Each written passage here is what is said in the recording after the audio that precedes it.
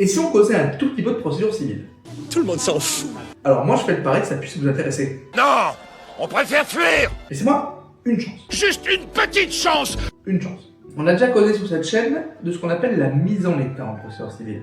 Grosso modo, le juge de la mise en état, c'est le pendant civil de ce qu'on appelle au pénal le juge d'instruction. Et donc ce magistrat-là, il a vocation à s'assurer que chacune des parties dans la cause, dans l'affaire, ait bien eu le temps de faire valoir ses moyens de défense, ses demandes, ses observations, etc.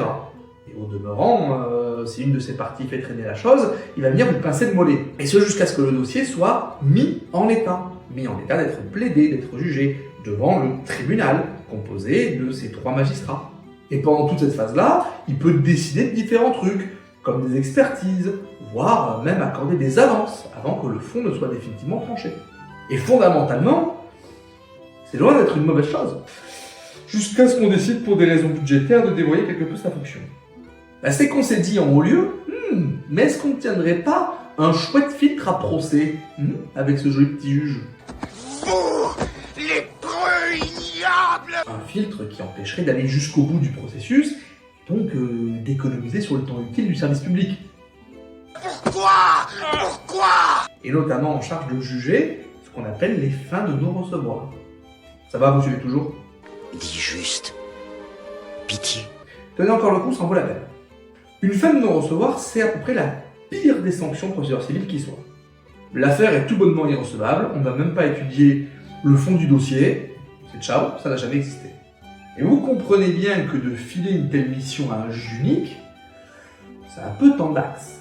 Alors évidemment, les ordonnances du juge de la mise en état, on peut en faire appel, et on ne s'en prive pas. Et donc c'est génial, pour éviter un procès, on en a créé 2.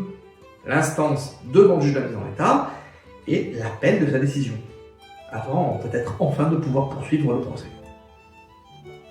Très mal. Et d'ailleurs, ce qui est très curieux, c'est que la phase de mise en état, elle est uniquement propre au tribunal judiciaire. Dans tous les autres cas, c'est la juridiction qui va trancher le litige au fond, qui connaît également de la procédure, aussi bien de son rythme que de ses éventuels incidents. Et attention, ce sont exactement les mêmes questions. La procédure, elle ne distingue pas selon le montant. Alors, pourquoi est-ce qu'on a introduit une instance dans l'instance? Parce qu'au final, c'est plus long, c'est plus cher, et c'est surtout plus risqué.